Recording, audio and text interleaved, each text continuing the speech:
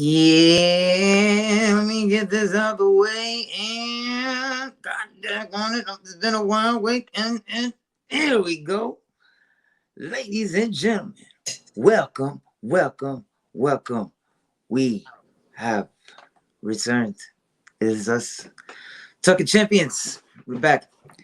It's your man, Stan Michael, the true king of R&B, with my lovely, amazing, dynamic, talented, everything, all that.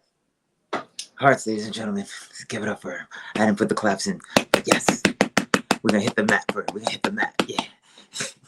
Well, obviously, we're gonna talk about the Who Killed WCW docuseries. There was no way that this was gonna pass and you not hear from us in any way, shape, or form. On the way. And we have a whole lot to talk about. How do you want to start it? Do you want Jesus Christ. First of all, I can't. All right, starting this off. Number one. Number two. How did you feel overall about the show, the documentary, how they did? Oh, what up, my man DJ Chester? Hold up. I'm sorry. I gotta give a shout out from Twitch. DJ Chester. My man was in the nobody chat earlier on with the Rocket League. Shout out to my guy over here. Our first Twitch commenter. And our first comment on the show. And Michael Bosnick with the year from the Hill Classic with the second from the Twitch. Twitch is up. I see it. I love it. Oh, Michael Bosnick goes Twitch. I love it. This is a good idea. All right. So overall, the documentary is well put together. It has, honestly, a really good set of talking heads. It's a lot of That's Chester. It's DJ Chester. It didn't pop up on one, but it popped up on other. It's been a while, guys. It's Twitch different from the YouTube and we're not on YouTube yet. We're gonna upload later. More than that later. YouTube. So overall, the documentary is well put together. It has some of the best set of talking heads that we ever got in a WCW documentary. Mm-hmm. Like, we never got Brad Siegel. We had Harvey Schiller talk in, I think, one of the the WWE ones. But we never had Brad Siegel talk. Who else was the talking head that I was just like, wow? Hold on, because I have. Wait. I wrote them down. I wrote them down because I wanted to know who to hold to the fire. It was Brad Siegel. It was Guy was the author. It was Dick Cheatman. Dick Cheatham. Cheatman. He is the group financial controller of Turner Sports. Pause. Let's keep it right there. Let's pause right there for a minute. The man was in charge of the finances, and his name was Dick Cheatham. Mm-hmm. Yeah. That's where we're going today, guys. Brad Siegel, he was the Turner Network's president. Mm-hmm. So these are talking heads, and I want to see who else they bring in. Yeah. They have the author of the Nitro book, Guy Evans, speaking. Mm-hmm. Kevin Nash, and Kevin Nash doesn't give a fuck anymore. So Kevin Nash is going to give you whatever. Bret Hart doesn't give a fuck anymore. Never did. Goldberg was sucking 3 minutes in. So Medusa. Oh, you forgot the greatest talking point of them all. We're gonna get there. Medusa. I get why she's there, but I don't. Like, those are one of the ones that I was like, you could have just got Ric Flair.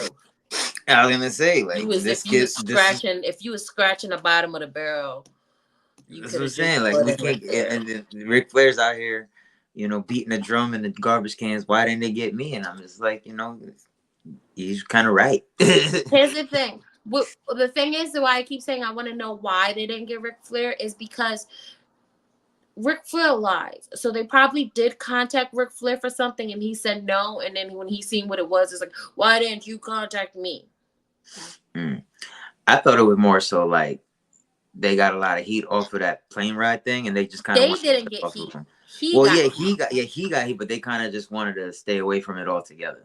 That could be it, but unfortunately, now we have Ric Flair being annoying on social media. Oh, Oh, oh, I got you. Fire hasn't given up. It was before that. you know what? He hasn't given a fuck since the screw job. Yeah, well, and honestly, giving up to. All right, yeah. Honestly, I'd say slightly before that, when Sean told him that there is no way in hell am I gonna do anything for you. I'm not laying down for you. I don't respect you. I feel like he He stopped giving still a gave a fuck then. fuck. He still gave a fuck. When Vince completely screwed him the fuck over, that's when everything was lost for him. He never wanted to leave WWF. But that's not what we're here to talk about. We are here to talk about Vice's Who Killed WCW documentary. With executive producers Dwayne The Rock Johnson and Danny Garcia, along with the guys from Dark Side of the Ring. We hear that every 10 minutes on the YouTube cut. They did a real good job. The show opens with backstage footage of the final Nitro. And it's a bunch of great shots. I wish I was able to set up the share screen or get the clips like I intended to do, but technical difficulties. 8 o'clock. That actually should be tonight's episode's name.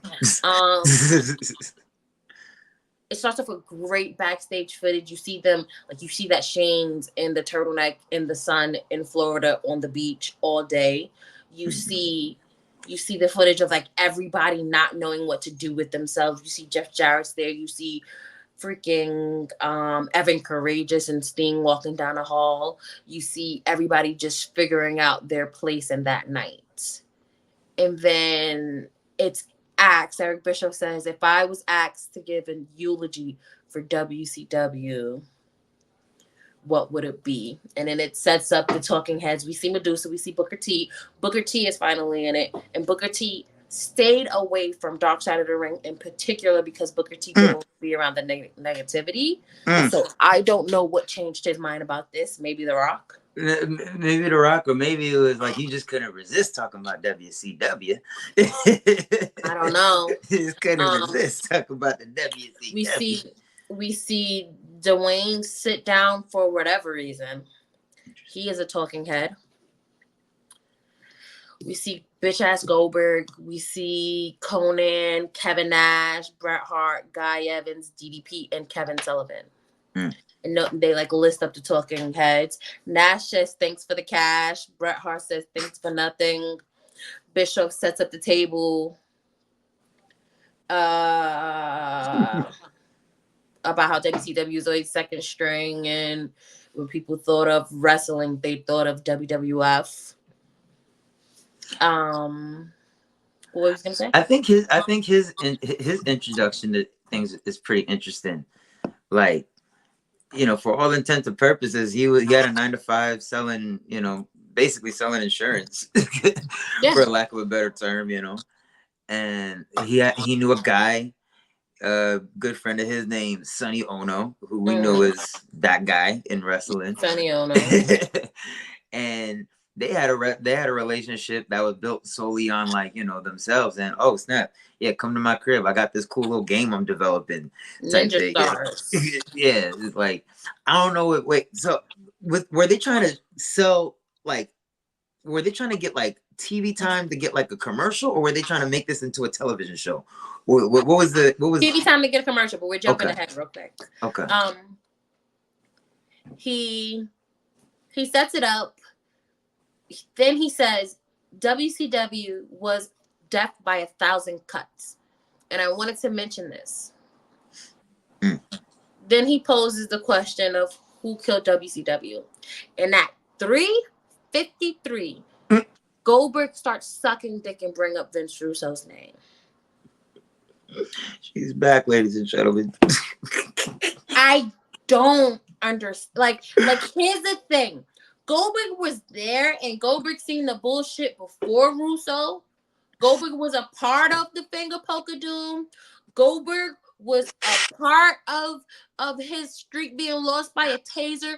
Goldberg was a part of so much bullshit within WCW. To say Vince Russo killed it is asinine, and I couldn't expect anything more out of Goldberg. He's still calling Vince McMahon a bitch because he didn't get a last match. It rages me because Ric Flair's weird ass did it too. Vince Russo debuted in October, November, first month, November, December, January. He was gone by January, right? He returned in April, May, June, July, August, and by September he was completely gone. How many months is that? How many months is that? 8 of them. How can someone who was there for all of 8 months kill this company, guys? Use your brains. They don't ever talk about that time period, the 8 months before he got there. They don't talk about they don't talk about the 3 years before he got there. They talk about how many millions and was lost. Hi, CC. Hey, CC. They talk about how many millions was lost in 2000, but here's the reality. Stanley, if you start putting into play a whole bunch of crazy shit this year, when is it really gonna affect your bottom line? Next year. So, if all of this million was lost in 2000, when do you think those things came into play? WCW 99. And not in October. And I'm holding this here so everybody who can come in can count. Hold on. Let me make it closer for you guys. Let me put it closer for you guys. 8 months. Vince Russo was there for 8 months. How could he effectively kill a company that was running for 10 years at that point? How can he kill it in 8 months? It's amazing. He could fuck it up. Yes. He says it all the time too. He was like, "Yo, y'all give me mad credit." I'm sorry I ruined your life. That's what he said to Ric Flair. He's like, "You give me too much credit." That's what he always says to them. He's like, "Y'all think I?" Again. But like, yo, let's start from the top. November, December, January. Matter of fact, let's put down January because he was gone before January. He didn't do one show in January. So November, December, April, May, June, July, August, September. 8 months. Another one, he had a baby. Right?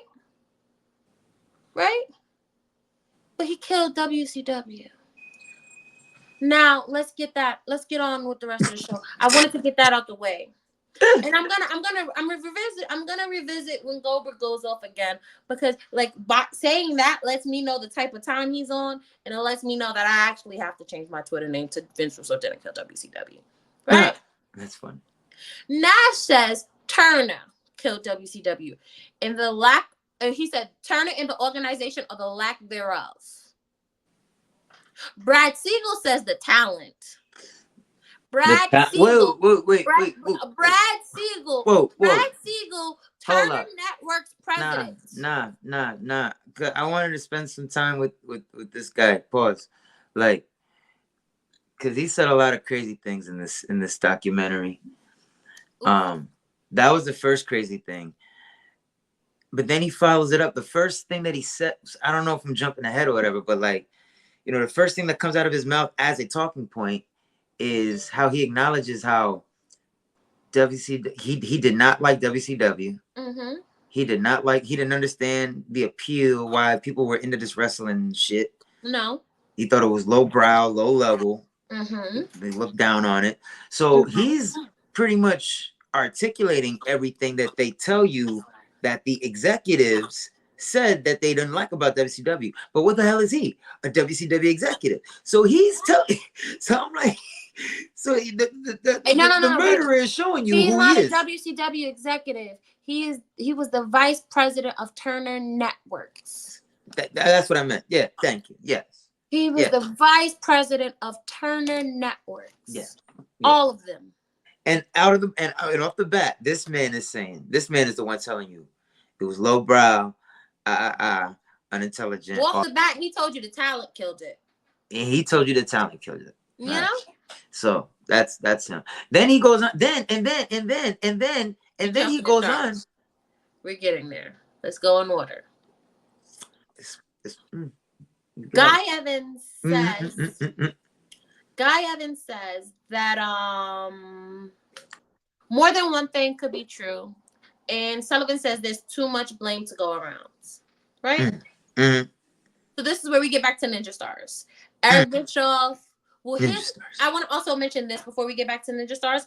Eric Bischoff keeps bringing up. He said, back in the day, there was this internet culture that congregated because there was a need to understand what happened to WCW, and that they convinced a certain percentage of the audience that it ultimately comes back to him.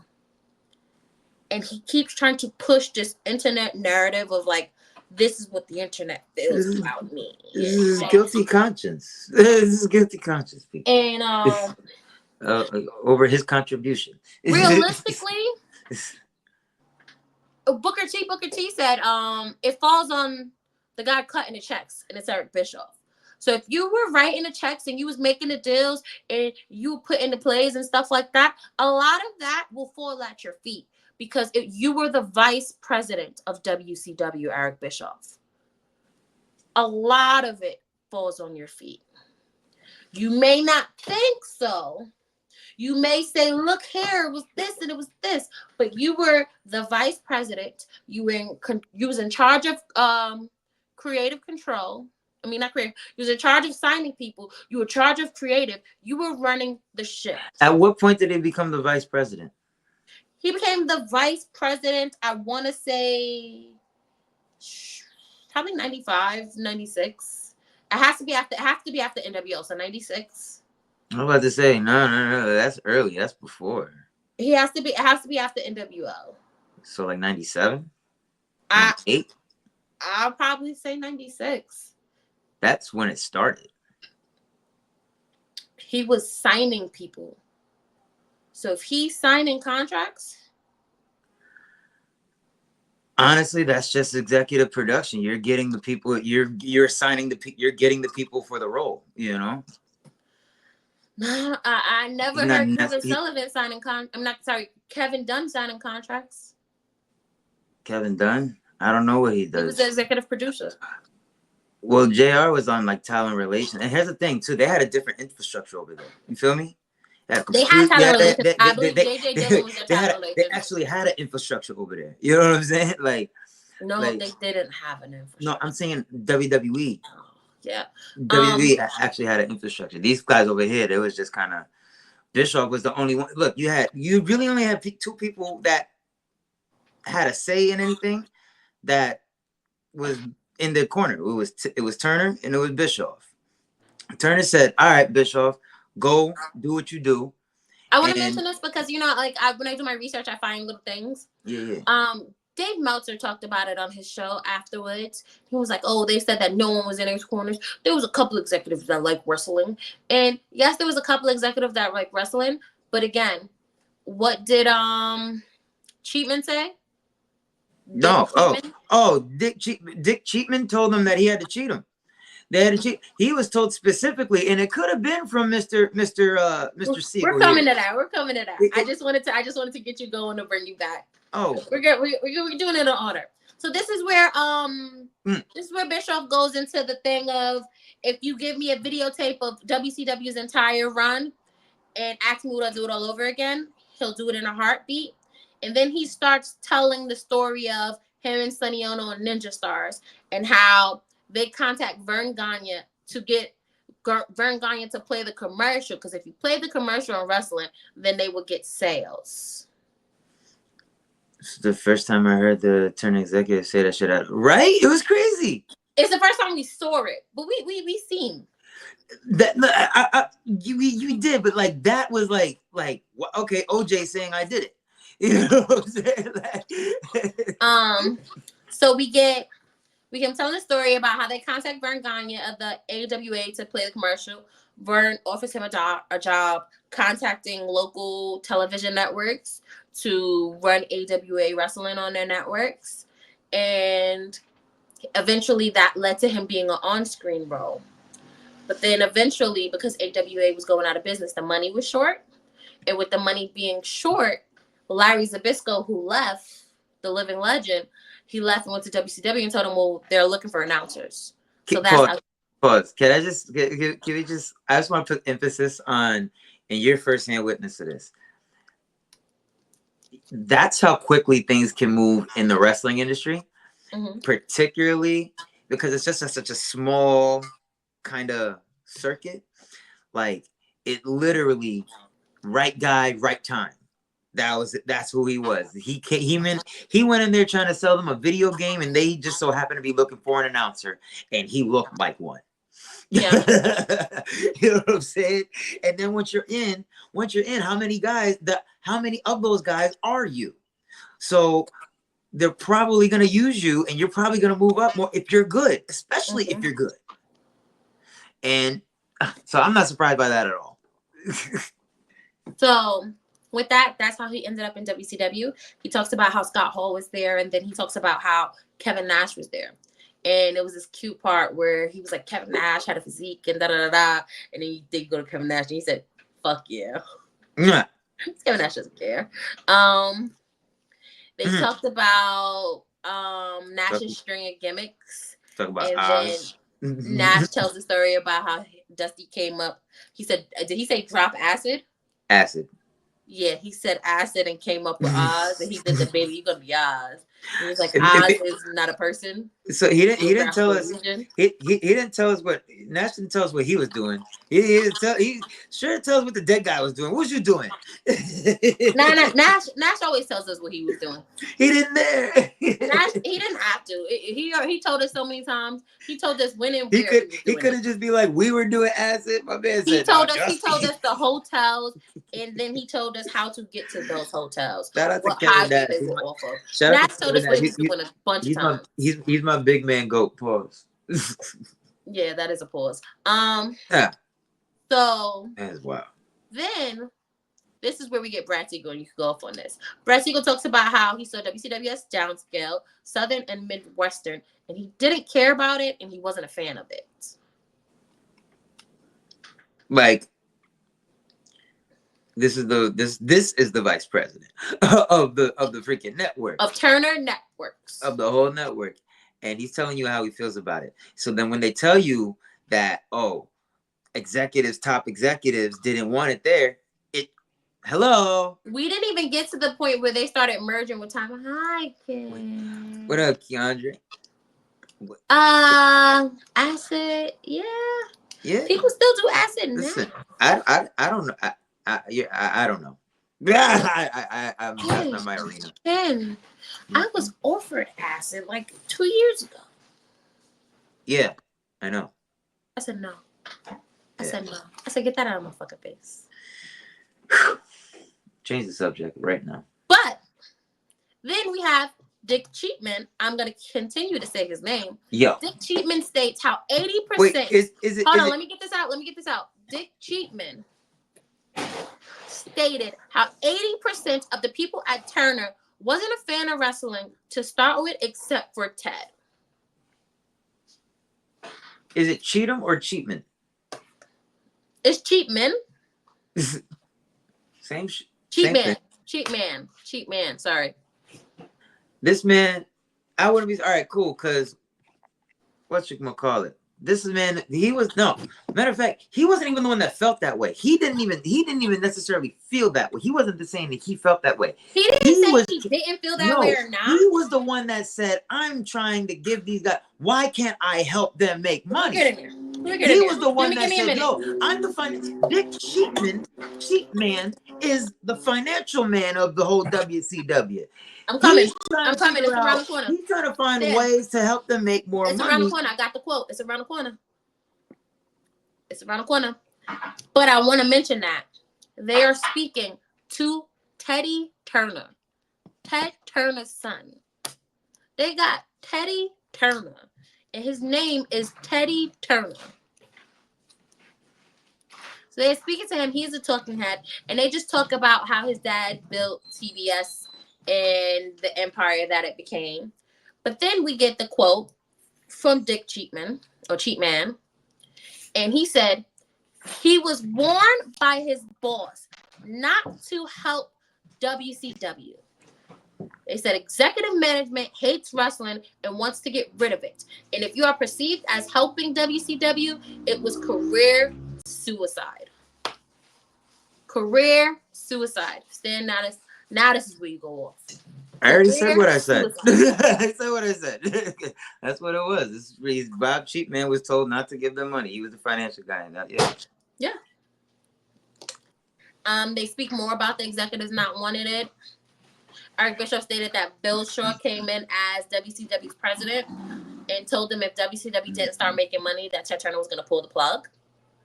And that's when they hired Eric Bischoff as executive producer. He was in charge of the look of the show. So he talks about recording at MGM just because it's a quick way to get different audience in and they can record a bunch of shows. And he didn't put a date, but he talks about becoming vice president around that time. And he says he needed people to take WCW serious, so he needed Hogan. And that's how I wrote it, Hogan. H-O-E, Gan. He asked Flair to set up a meeting with Hogan. And let me stop saying that for some dumbass coming here. But you don't even know how to say his name. You don't know nothing about wrestling. Boom. And they talked about Hogan calling him back. They talk about the meeting that launched Nitro. I'm skimming past these things because these are the things we heard all the time with the, hey, Eric, what can we do to beat WWF? So we heard that a million times. But, you have anything to input? I don't know if it's time for me to say what I thought about how Eric Bischoff did. Give me 1 second. Let me drop this secret thing and then boom. Siegel stated that he tried to fight Ted on Nitro moving to primetime on Mondays on TNT. He stated that he did so much to build the network being that. But then he also stated how they were competitive with the USA Network. So beating their #1 rated show would help them become the #1 basic cable network. So they kind of said, well, hey, we have a block on cable called Nitro, and we can use that for the name of the show. Now we can definitely go into how we think Eric Bischoff did, because he did amazing. Nah, like, it's for say what you want. Like, as far as like, when you hire somebody to do a job for you, you expect him to do it. This man did his job. Like, first of all, the decision to put WCW in the MGM studios and in the Disney MGM studios, brilliant maneuver. Brilliant freaking maneuver.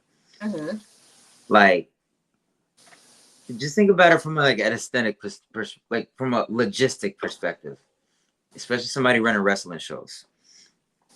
You are in wrestling shows / and you're trying to turn it into television. That's the difference between Eric Bischoff and Ted Turner and anybody else that was involved in this thing. They were trying to turn this wrestling thing into an actual television thing and turn it into something that we can, like, kind of like a game show appeal kind of a thing. So that's why putting it in the MGM, having that small studio, that did so much as far as like, all right, now we got a constant crowd that comes in. Now we gonna have to worry about how this shit looks. This shit looks like freaking this should be on TV. Boom. Now you're in the freaking studio. Now you're in the mix of things. You got Hulk Hogan shooting a movie like right next door. Yep. So what are you able to do, Eric Bischoff? You're able to sign Hulk Hogan, right? You were convinced a retired Hulk Hogan at the time that what you got going on over here is popping enough for him to come and take this money and come get this work. So those two moves alone, like, and so it was not in the beginning. He played around a lot He later. played around it a lot. I think he fell asleep at the wheel. Listen, But he was as not far playing in the as beginning. as far as an executive producer, as far as like, you know, the guy that you hire to make things happen on scene, he did that. Yes. He did that. You Did know, it.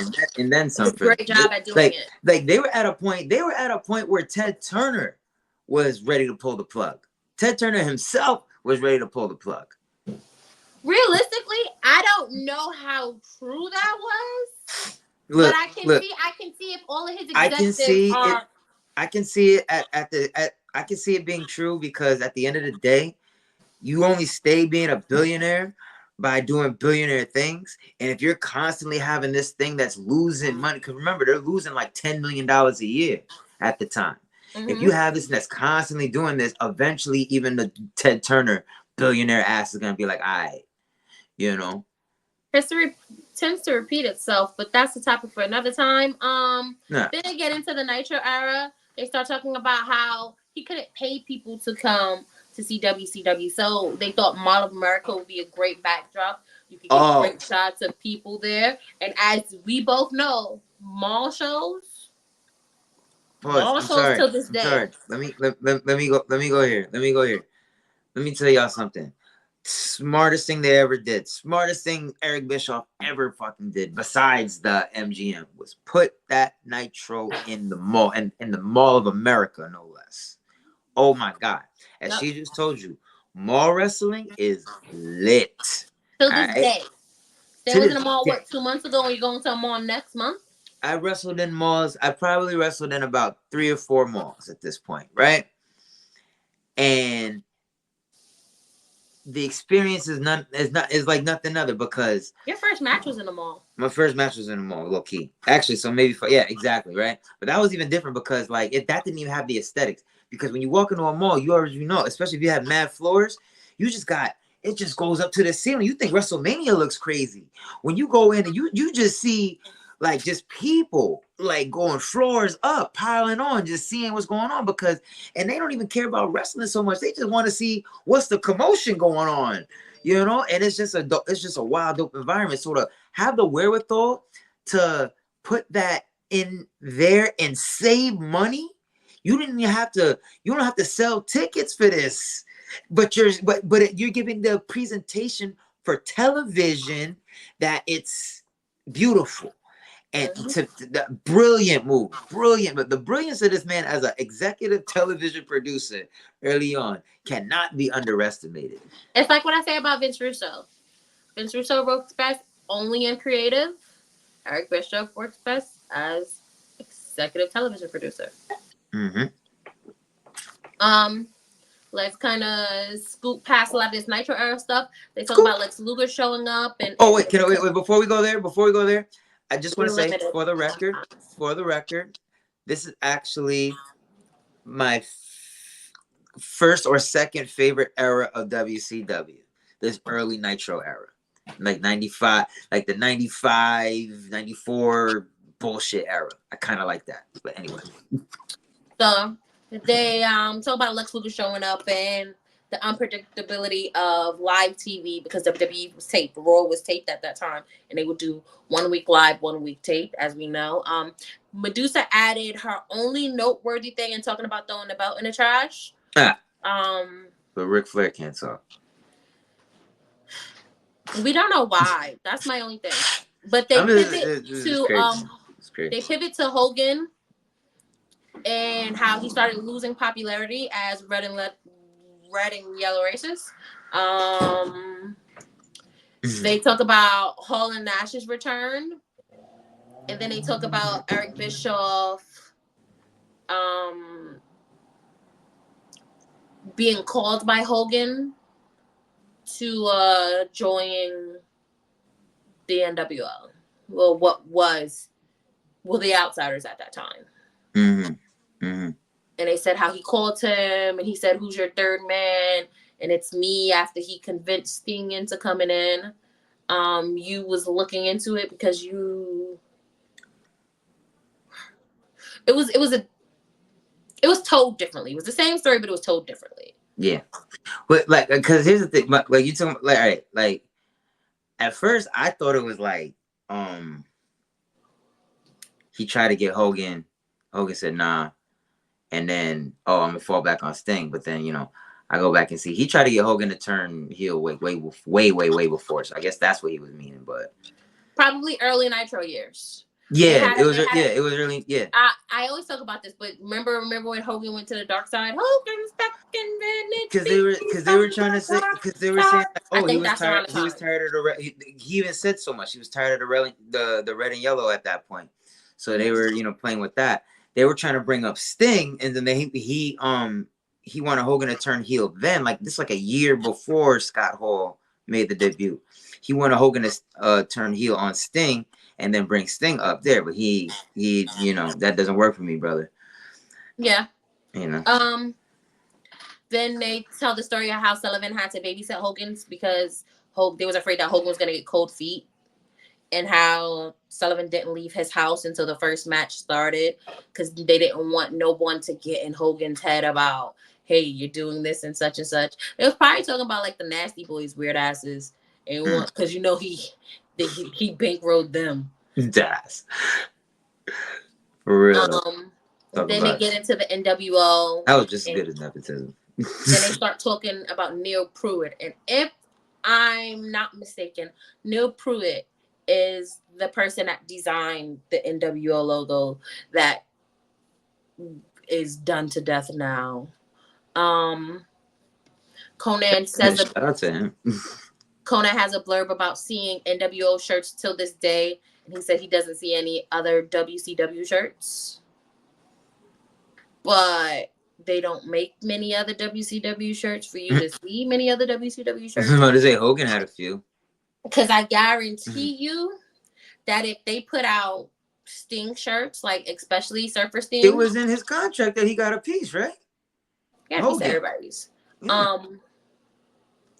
If they put it out, people will wear them and we'll see more of it. Especially if they put out like classic WCW logo. If they put out Nitro shirts, people will buy it. Especially me, I will spend all my money on WCW shirts because that's what I want. They made toys. They didn't make. You know what I'm saying? WCW merchandise, they didn't have it structured like WCW did. So WCW had literally everything on merchandise. I literally can go under my bed and pull out a Kevin Nash pin. You don't know where it is. But I have a Kevin Nash pin. WCW had pins. They had candy. They had pools. They had random merchandise, but they had merchandise. They had literally WCW merchandise. Once they realized we can merchandise, they literally put it on everything. So they state, I believe Eric Bischoff stated that NWO was responsible for 80% of the growth of WCW. He says he wanted to maintain the realism, and that's when they start to talk about the backstage brawl that they had on July 29th, 1996. Yo, can I just say? July 29th, 1996. Marcus! He runs our group pretty much. Marcus, yeah, pretty much. He's the general pretty much, GM of Tough Champions. He pretty much runs the Tough Champion group. He's the GM of Tough Champions. Anything, if y'all got a problem with Marcus, take it up with Marcus. Don't run into admins. He said what he said. Yeah, if Marcus is posting about rap, so listen. If you got a problem with Marcus, go talk about what he posted. Do not message the admins about Marcus. That's no. That's the end. But they talk about the July 29th, 1996, July 29th, summer of 1996 episode of Nitro where they had that backstage brawl. In July 29th, 1996, where Rey Mysterio was thrown at the van like a dart, which they redid last night on Raw. But the original one was done on July 29th, 1996, right? They talk about how they incorporated production for the shot. They talk about how they was inspired by Hill Street Blues. And then we get talking head, Dwayne "The Rock" Johnson, who Wait, officially wait, wait, wait. signed his WWF contract Damn it. in the summer of 1996. Can you stop for a second? Before we go on to that shit, I just want to say how this whole scene aged so well. Oh, yes. You go back, watch this shit right now, and this shit will be like, ooh, this is still better than anything they put on television today. I'm sorry. I would say, you know what I'm saying? I would say the first 3 to 4 months of NWO ages amazing. Wonderful, wonderfully. This particular scene here, it make like you will even get lost in it again. Talking about, wait a minute. You know, they did this so well. The selling, everybody was selling, and it's one thing National Hall was doing anything or whatever. How they shot the selling, young wrestlers out there. Sell. I just watched the match back of my own. Sell more. You can't sell more. You cannot not sell more. And that's what these men did. And that made this whole scene. Love it. Well, we're here talking about Hill Street Blues. First, no, sorry. We're talking about executive producer You Dwayne about "The to Rock" go Johnson. on and tell them about the talking. We're talking about executive producer Dwayne "The Rock" Johnson, who officially signed his WWF contract in the summer of 1996. And he stated that he remembered this backstage brawl happening and thinking we should do more shit like that. They didn't have that at the time, that freedom. I don't know where they didn't have that at the time, because The Rock wasn't in WWF in July 1990 motherfucking 6. Or at least on television. In the house shows, they pretty much had freedom. So I'm confused about what he's talking about. I'm confused why he's even talking about any of this shit, to be honest. I appreciate the fact that he's putting this show on. He is the executive producer Dwayne I "The Rock" appreciate the fact that he's executive producing this shit and put it together. I really fucking do, but I really do not need to hear this man's opinion on what he was not there for. I'm sorry. Well, he was there for that. No, and he told them, hey, we should do more shit like this. No, he was not in WCW. He had nothing to do with WCW. I appreciate the fact that he's doing this for WCW. I truly do. But I do not need to hear his commentary on WCW. If I was to go out and have a beer or some tequila with Dwayne Johnson, he wants to tell me about them, I would love nothing more. But for this session, I feel like this slot could have kind of went to Ric Flair. Or even a whole man. Or even the Hogan. You know the what whole I'm saying? Man. You know, like not for nothing. Y'all are talking about this man so much. Let him talk. Let him say it. He's still here. What's the problem? He might not. Here's the thing. He might not want. Got a bad rap, and he might think it might be an ambush. Man, that man just want. Well, I don't know. He apparently he took the Shawn Michaels route in life. So I don't know if he wants to. Yeah, I don't know if he's with all this smoke anymore. I don't know. I mean, if he took the Shawn Michaels route like that, he should be able to talk about this freely with no issue. Yeah, but I'm going to just leave that alone. Anyhow. So then, we get to the 83 weeks and blah, blah, blah. And Siegel stated that Eric Bischoff cared more about ratings. Wait, I'm sorry. The Shawn Michaels route in life is to act like you don't remember the shit happened. Or just blame it on the drugs like he does. What is it? I couldn't. I was on a lot of drugs. But we talk about the 83 weeks. Yes. Siegel stated that Eric cared more about ratings than advertising dollars. Then he says, we round it back to 96. He stated that he heard Vince McMahon planned out WrestleMania storylines over a year in advance. So he's seen that as an opportunity to do so. And they talked about the Crow character being pitched to Sting and how, Paul was involved with it. And then I have another star blurb. Evans said, Guy Evans. Oh, I was about to say Evans here? No, Guy Evans.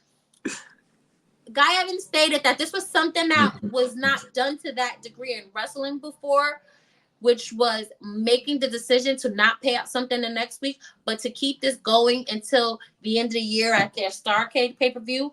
I didn't get a chance to look this up, but weren't there like fully blind storylines that paid out for a very long time?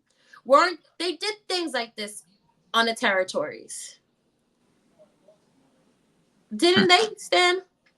What? I'm sorry. Where, like, long storylines, like long drawn out storylines where guys will go blind or get acid thrown on them or Yes. whatever in the tarot. Yes. I don't know where this came from, but again, it could Well, be well, like they well, did well. this for months, but not the extent of a year. Well, no. Yeah. Not like, okay. I'm not Jim Cornette here. I don't know the wrestling history off the top of my shit like that. As far as TV goes, though, Well, not a lot of them had TV like that. that's cool. But as far as like TV, because this is like this kind of like the starting point for a lot of, you know, that shit, you know, this era anyway, this modern era anyway, right? So the TV era, this is the first. The TV is very important. Yeah. This was the first time that you had something that was really that long that made sense, that kept people there. Mm-hmm. You know what I'm saying? That like that they didn't fall off, like, and they've tried. And honestly, even after that, you can really probably count on your one hand how many times that in any company that's successfully been able to do it. Yeah. You know, I'll give it that. But I was just like, wait, because my mind went straight territories. Like, I'm almost certain they did things like this in the territories. But even with the territories, it wasn't even that. All right, one, if you were to do year-long angles like that, it would be easier to work because people were weaving in and out of territories and shit. Mm-hmm. Two, there was no television to keep that cohesion. No. So, like, if that was the case, and that was the case then, for these sets of rules, for what we're dealing with here, this was kind of like the first of that we saw it at. So yeah, I'll give it that. Okay. So then that's when we get Eric Bischoff. He starts talking about the plan was Sting beating Hogan clean and WCW come out on top. But he says during the day everything got convoluted. They said convoluted so many times. They said when they said death by 1,000 cuts, this was the first vital organ. This was the first vital organ. This was about 500 of them cuts in this one day. This was to the thigh. This was to the thigh. This was about 500 of those cuts. Jesus. He says that it was supposed to be big boot, leg drop, fast count. Brett comes out, restarts the match. Brett stated that he thought this was the lamest ending, saying it was awful, stupid, very convoluted, but Eric Bischoff insisted that it would be fantastic. Eric Bischoff said the initial reaction to what happened was one that they wanted, but after everyone realized that it was a convoluted finish, DDP says this, and this is starred up because this is something that Stan could take home with. In our business, you can screw up the whole match. Do not screw up the finish. Please. Please. You can screw up the shine. You can screw up the heat all you want. Screw up the comeback. You're pushing it. Why don't you screw up the finish, Stan? Because that's what people remember. Eric Bischoff, he goes back to the internet, became obsessed with the finish of Starrcade 97 and how he still gets heat for that. He says that it haunts him. It'll haunt him for the rest of his life. Conan stated that Eric Bischoff hitched his wagon to Hogan, listened to what he said more than any of the other guys. Eric Bischoff says that on the day of Starrcade, Sting did not appear nearly as excited for the opportunity that they've been working on for the past 18 months, saying that something about him that day was off. Nah, man. Something about him that day was off. And when he left the room, Eric Bischoff looked at Hogan and said, "What are you thinking?" Hogan responds with, "Not today, brother. His head is not right." And they changed the finish. Stanley Michael. What is the story that we heard since WCW's closed about Starrcade 97? That was pretty much it. Mm-mm. Wait. What do you mean? Sting wasn't tanned. Oh, you're zeroing in on that again. Sting Damn it. wasn't They in were shape. saying that was, yes. The overall tone of it, though, was they didn't feel like he was prepared for Because he the thing. wasn't in shape and he wasn't tanned. He That's what wasn't they it. harped on. No, Not, he wait, wasn't in shape. wait. I feel like that's what you're harping on. I feel like when they talk No, about it. every time they talked about it, they mentioned him not being in shape and not being tanned. All right, but I'm gonna split the baby here, and I'm gonna just make sense out of it instead of being so literal. It seemed as though they felt like when he got to the arena, not only was his head not in it, he didn't look the part. He just wasn't there. He just wasn't. We can't put the belt on him today. He doesn't look the part. That's what they are. Whether he's not tan, whether his head not. They just did not see. They looked at this man and said, "Not he don't got it today." Okay. Nash quips that Hogan had created control. He didn't give two shits. He said he'll walk in at 7:30, read the TV, and says that doesn't work for me, brother. Then we go back to Eric Bischoff saying he thinks Sting was convinced that the rug was going to get pulled out from underneath him, and that he walked into the meeting expecting it, and he manifested it. No, how the fuck is he manifesting something that y'all was going to do anyhow? Because that's how they're going with that whole line of thinking. They're going with that whole they're going with their whole narrative. They're going with that whole narrative of he wasn't there. Da, da, da, da.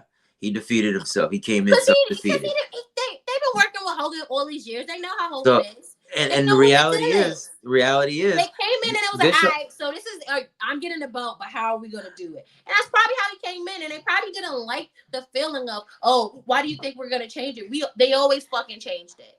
Yeah, the reality is, like you said, probably had somebody come in, getting Sting's ear. It was like, hey yo, this is probably gonna. I don't even think anybody had to get in Sting's ear. Sting worked for the company the whole time Hogan was there. How many random pay-per-views Hogan probably changed? He was also going through a divorce at this time too. Sting was going through life at this time. Yeah, like so there's a lot going. So like that's the. I don't think he was going through divorce at this time. He was going through the divorce during Wolfpack times. It could have been. Well, this was shortly before it, so goddamn, you dealing with that. Yeah, I think this is when he was having, if you're not going through a divorce, you're at very least having marital issues at this point. Well, you're a wrestler, of course you're having marital. So and it's bad because it's shortly before they actually split. So whatever, there's clearly a lot going on with the guy. So So this that doesn't excuse. But here's the thing. That doesn't excuse. You just looking. I'm looking at Hogan like you did that. You're just looking for an excuse not to drop. That's all. Yeah. You just looking for any reason not to drop because any reason. So the fuck what? No, listen. In a great spirit. Listen. And it would have still been the same thing. Doesn't matter. The crowd reacted how they reacted. They didn't care how he looked backstage. They didn't care how he came in. They reacted how they reacted. The only reason why they caught a blowback is because of what y'all decided to do. The crowd didn't know anything about how Sting showed up. Reacted. The crowd didn't know anything. The crowd didn't know anything about how he showed up backstage or his mental state or anything like that. No, all the crowd knew was we've been invested for this storyline for almost 2 years. And this is the big blow off moment. And now this isn't making any sense to anybody. And all you had to do, and look, Sting even had a freaking get up on. He even had a freaking bodysuit on. So what are you talking about? What are you talking about? He didn't look good. He looked great. That outfit looked dope. Like he just wanted a reason not to drop it. This whole Eric Bischoff was great the whole beginning part of this documentary. Like this, he was talking. Because you're talking about the things that you did good. He was talking candidly on certain parts. And then when you get to 97, the first part of it was basically him flexing. We get around 97, we start to get the sketchy Eric Bischoff that we know so well when he starts to talk about Starrcade. And then shortly after that, that's when he states that Starrcade 97 is gonna haunt him for the rest of his life. It's gonna haunt me for the rest of my life. Watching that is like watching a freaking Biggie documentary. I know what the ending's gonna be already. God damn. Yep, you got It doesn't take the sting away either. He said no that pun. the fans believe that that's the reason for the downfall of WCW, and he says it in a very flippant manner. And unfortunately, it is, but it isn't. It's the cracks. That's it. That's the cracks that started the cracks and everything that you were doing. This is Starrcade 97 was a pay-per-view, a $50 pay-per-view. Back when $50 was a lot of money. First of all, wait. Because $50 pay-per-view applies to something that we didn't even get to yet. And that's the Halloween Havoc later on. More on that later. The $50 pay-per-view comes secondary to the fact to the 2-year build. to the you know what I'm saying? Like, well, I bring up the $50 pay-per-views because this is what the fans paid for. They paid to be they paid and they was left with nonsense. Their pay-per-views were never anything like you was like, I'm satisfied with how this pay-per-view ended. The reason I say that is because nonsense. The reason I say that is because you can make $50 back. You can't make up 2 years or a year and a half. Listen, you know what I'm saying, mommy. Was you buying me $50 pay-per-views when I was watching wrestling as a kid? She said she wouldn't buy a $20 pay-per-view. So now ask her if she'd rather lose $50 or 2 years. No, I'm not making that point about losing 2 years. I'm making that point of, like my mother said, she wouldn't buy a $20 pay-per-view. So these kids are begging their parents to buy these pay-per-views and they're hesitantly buying it for them, and you do this. And it's not just the only pay-per-view they did it on, but we don't want to harp on that because we're so close to that's when they start talking about how after that's when they started WWF Gordon Tyson. And Sullivan looked at Nash the next day and said, the water's getting cold. Water's getting cold. And Nash said, in other words, we're on our way to the iceberg. We get Conan talking about how he was watching WWF with Disco Inferno backstage and getting heat. And who was giving him a trouble about watching WCW backstage. That's what I want him to say who. Like at this point, this was your time to be like, yo, Eric Bischoff came and was like, why y'all watching this backstage?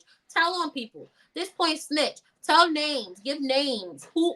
Facts. No. Honestly, I wanted to know who is clapping you. Yo, was the Macho Man coming up to you like, hey, brother? I don't think it was Macho Man because I think Macho Man wanted to go back at that time too. So what I'm saying, like, who is doing this? Like, I need a visual.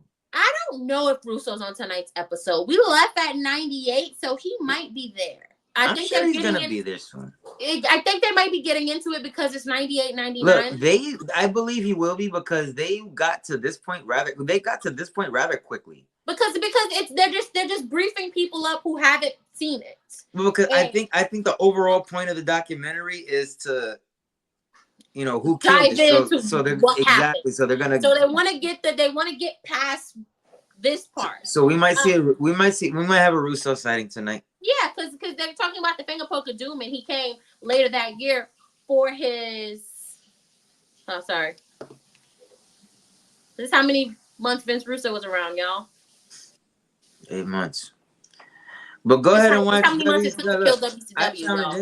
Y'all talk about WCW 2000. Go ahead and watch the 8 months before he got there and tell me if it was any better. After the Finger Poke of Doom until Halloween Havoc, and tell me how you like that. Tell me I was gonna say a Diddy song, but we can't say Diddy. I'm just saying, watch it. You talk about that. Watch the 8 months before he got there. Tell me how bad WCW was. So then we get Brett saying Eric Bischoff never knew anything about wrestling. He says Eric Bischoff and Hogan was accountable to each other.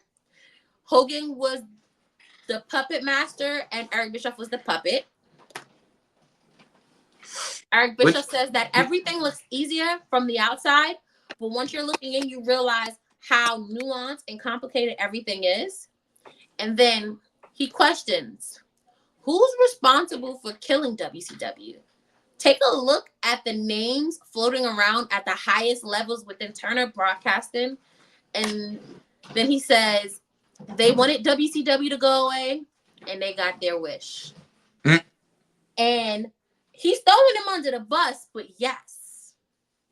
They showed Brad Siegel, Bill Shaw.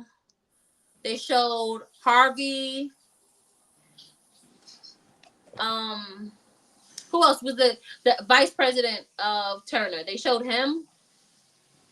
Brad Siegel's the vice president. Dick Cheatman's the financial guy. We have Brad. That's it. But they showed all of them. Mm-hmm. I wish we wasn't having technical difficulties. I'll put them up. Nah, motherfucking. Somebody's gonna have to convince me it wasn't Brad Siegel that didn't tell Dick Cheatman to stop giving them money and not stop helping them make money. Somebody's gonna have to convince me it wasn't him.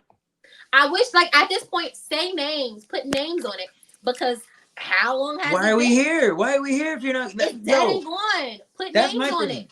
That's my Brad thing. Siegel came up to me and said, "Don't help WCW." My thing is, why are we kicking this dead horse of WCW if you're not giving us any new information? No, nothing new. Nothing new. Like, y'all gonna really go back to this? Or they're giving us new information, but they're still giving us with an asterisk. You say who and when. You're gonna go back to this Vince Russo narrative. You're gonna go back to this Eric Bischoff. Well, that was stupid old Goldberg. Everybody is. Not just Goldberg. And stupid old. A lot of people go there. Everybody is. Dentis, you gotta look at everybody. Everybody's saying it.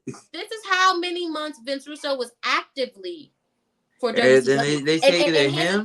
They're saying him. They're saying Eric, and they're saying Kevin. This is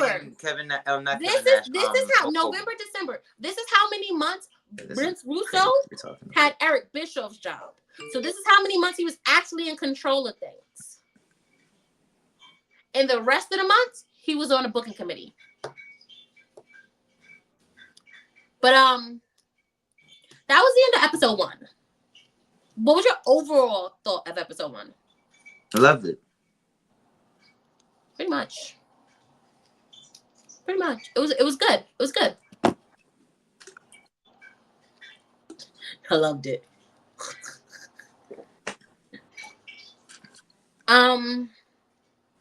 Tonight's episode, like I said, they're going into the 98, 99 era.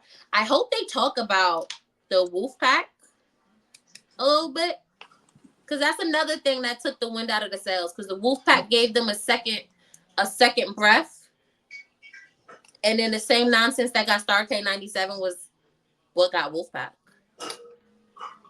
Because you have to talk about Wolfpack if you're talking about the Finger Poker Zoom, unfortunately.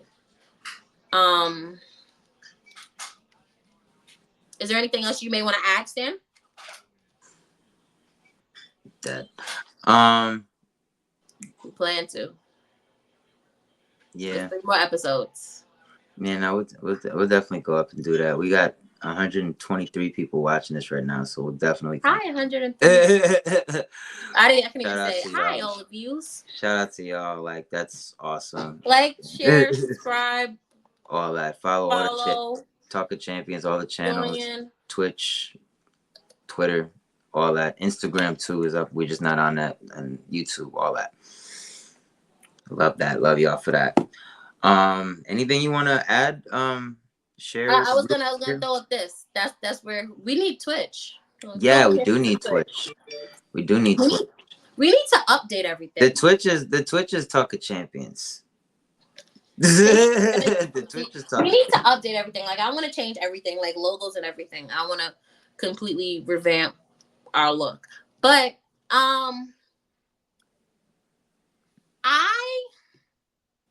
do you want to read? You want me to read Ric Flair's tweets? I wanted to kind of jump into that. Somebody's got to give him some love, because the freaking show won't, obviously. Nah, I'm not giving him love. Well, you're gonna give him a spot. Go ahead. Hold on. Let me find the tweet. Your spot, liver spot. I gotta put a charge on this, because. Let me find it. My spot. What? Of course, I don't have anything set up because technical difficulties. Um, where is my things? Of course, I can't find anything right now. The joys of it. But Ric Flair, yesterday, Ric Flair set off a series of tweets, and I wanted to talk about it because one of the people that he blamed for killing WCW is utterly ridiculous. Jim Herd. Jim Herd. Listen, you gotta understand. Ric Flair is a worker, an old school worker at that. So when something's fucked up with the worker in the wrestling and something's fucked up with your booking, what are you gonna do? First guy you're gonna go to, the booker, the guy running the show, whoever's booking, whoever's promoting, whoever's in charge in that regard. So the first time the shit had a turnover in it and it was bad times for him, it was Jim Herd. Jim Herd was Vince Russo to him before Vince Russo. Freaking was about to turn the man into, he wanted the man Hold to on, stop being Ric Flair let me read and it. started being named Spartacus. Wait until I'm finished, then you can read it. He wanted to be named Spartacus and cut his hair and all that stuff. Freaking, he did not trust this man at all. So now we're at the point where, you know, damn it, you goddamn threw me off. Go ahead, read what the fuck you was gonna say. God damn it. I've tried to lay low on this. Let's face it. Who killed WCW? It's a three-headed monster. Jim Herd, Eric Bischoff, Shit. and at the Vince Russo. He added Eric Bischoff and he added Vince Russo. There is no individual wrestler or faction that caused anything to kill WCW. It was the people in charge that created dysfunction, animosity, and tried to divide and conquer by lying to everyone, involving themselves in the promotion, which was the ultimate failure.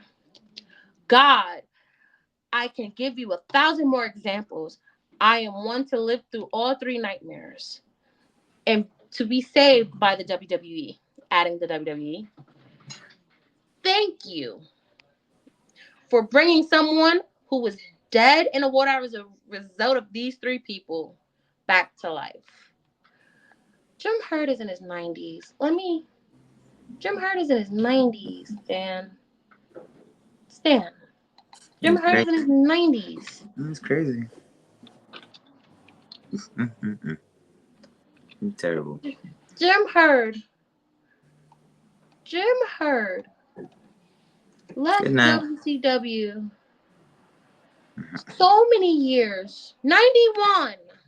He was born in the 30s. He was born in 1932. Look, the worker's gonna blame the promoter, man. Just like later on he blamed Bischoff and later on he blamed Russo. Just like he's gonna blame whoever's, you know, whoever he views as in charge of his booking. That's it. That's where he coming from. I'm not even mad at him. Like, it's absurd, yeah, but I'm not even mad at him because I don't expect. He was in WCW for 1 year.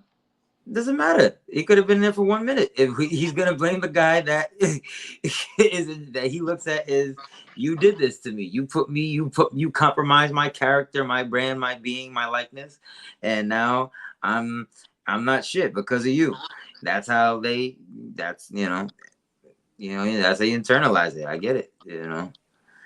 I'm not like as off kilter as it is, I can't even really be mad at him for taking that perspective because it's like, what else are you gonna say?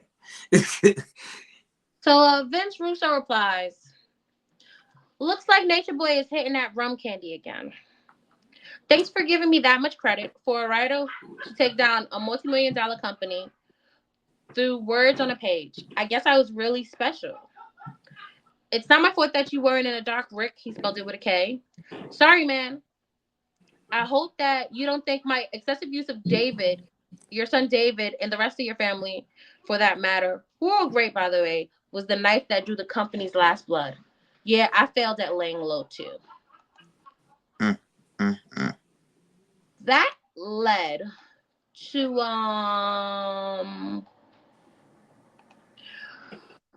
to, Ric Flair's retort of, give me 1 second, let me pull that up because he challenged. Let me pull it up and read it. He said, "Wow, glad you got back to me at the Vince Russo. Whatever candy I'm eating, at least I can afford to eat it, which I'm not sure that you can. I will give you 20K, Eric Bishop 20K, and 91-year-old Jim Herd 20K. a piece wired in advance to show up in Tampa or Atlanta. I'll rent the venue in Tampa or Atlanta. It will sell out for sure.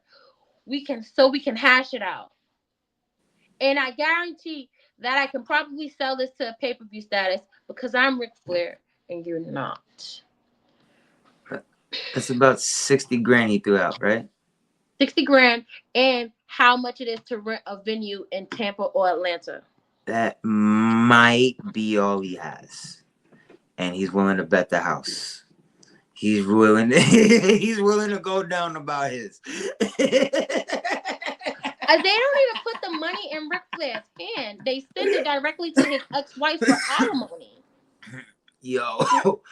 That might be all that. Yo, respectfully, that might be all the That's literally the only reason I wanted to, because he wants Ric Flair wants to hash out who killed WCW in an arena in Tampa or Atlanta and give them all $20K to show up.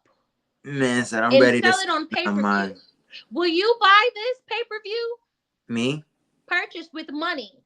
With money? If he $50 to see him fight them? Yes. Yes. You are the reason he's like this thing. And with that said, we're gonna wind this down because in an hour the second episode of Who Killed WCW will be coming on. Don't act like it's just me, y'all. To charge so I can live tweet. Stanley, what's your last words on this? Oh man, thank y'all for coming out. I don't even want to end this shit for now, but like we just follow us. This shit just keeps going up. Unfortunately, the Ric Flair, I guess Ric Flair brought them in. Yeah, we should have started earlier, but it's all good. We love you guys. Thank you for joining us. Appreciate you for coming in here. Follow our Twitch. Stan is streaming from it. He's trying to get that off the ground. Join our Facebook group, Talk of Champions. Like our Facebook page, Talk of Champions. We're going to go live from Twitch regularly, too, when we do this, because apparently this is cool. Apparently this works. Our YouTube, Talk of Champions, we'll upload this later. Our Twitter, Talk of Champs. Talk of Champs, because Talk of Champions. Talk of Champions. From there, you'll be able to find our personal pages. Yeah. I'm a wrestler for real. She is my backbone. He had one drink, y'all, so he's telling me how he really feels. There's only one. Only one. But we'll see y'all next week. We'll try to be on at 7 next time. Yes. For the second episode of Who Killed WCW. Yes. Thank you for joining us, Dan. Yo, this is like bad religion. We go off when we have the most viewers. Well, we at the height. Y'all gotta catch the replay. Y'all should have came earlier. Y'all should have seen that we was up and came earlier. That's not our fault. My phone is dying. I gotta hold it in my hand because I can't even keep it on the stand now. I won't go there. We'll go. Talk to you guys later, guys. Bye. Roll the credits. Oh, I'm not gonna talk about the fucking Clippers because the Lakers suck.